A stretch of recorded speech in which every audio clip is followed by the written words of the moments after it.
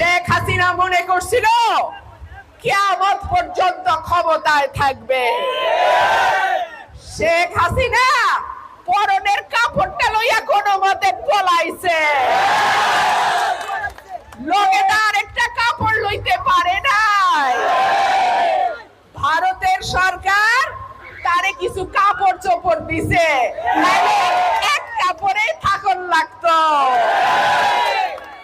আল্লাহর বিচার বড় কঠিন বিচার, আল্লাহর বিচার বড় ভয়ঙ্কর বিচার।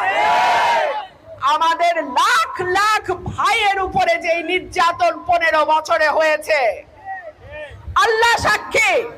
আজকে তাকায়া দেখেন, কোথায় শেখ পরিবার, কোথায় হাসিনা, কোথায় রেহানা, কোথায় তাপস।